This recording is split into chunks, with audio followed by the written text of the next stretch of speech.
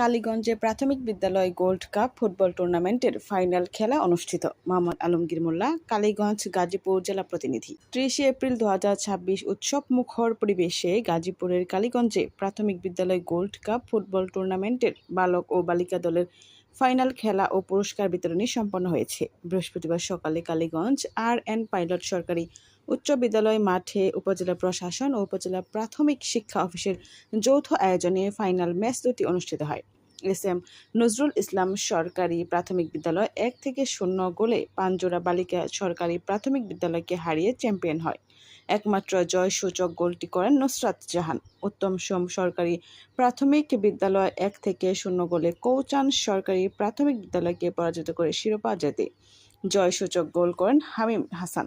সেরা খেলোয়াড় বালিকা আয়েশা জান্নাত তোহা, পাঞ্জোরা বালিকা সরকারি প্রাথমিক বিদ্যালয়। সেরা খেলোয়াড় হামিম হাসান, উত্তম সোম সরকারি প্রাথমিক বিদ্যালয়। উপজেলা নির্বাহী কর্মকর্তা এ.টি.এম. কামরুল ইসলাম প্রধান অতিথি হিসেবে উপস্থিত থেকে চ্যাম্পিয়ন ও রানার্স আপ দলের খেলোয়াড়দের হাতে মেডেল ও ট্রফি তুলে দেন।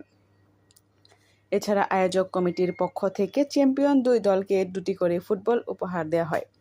অনুষ্ঠানে আরও উপস্থিত ছিলেন উপজেলা প্রাথমিক শিক্ষা কর্মকর্তা জেসমিন আক্তার, উপজেলা বিএনপির আহ্বায়ক মোহাম্মদ হুমায়ুন কবির মাস্টার, তুমলিয়া ইউনিয়ন পরিষদের চেয়ারম্যান মোহাম্মদ আবু বকর মিয়া, উপজেলা primary education training centre instructor Parvin Jahan, সহকারী প্রাথমিক শিক্ষা কর্মকর্তা গোলাম রহমান, সুমাইয়া বিনতে শরীফ, শারমিন শাহী, মনিরা বেগম।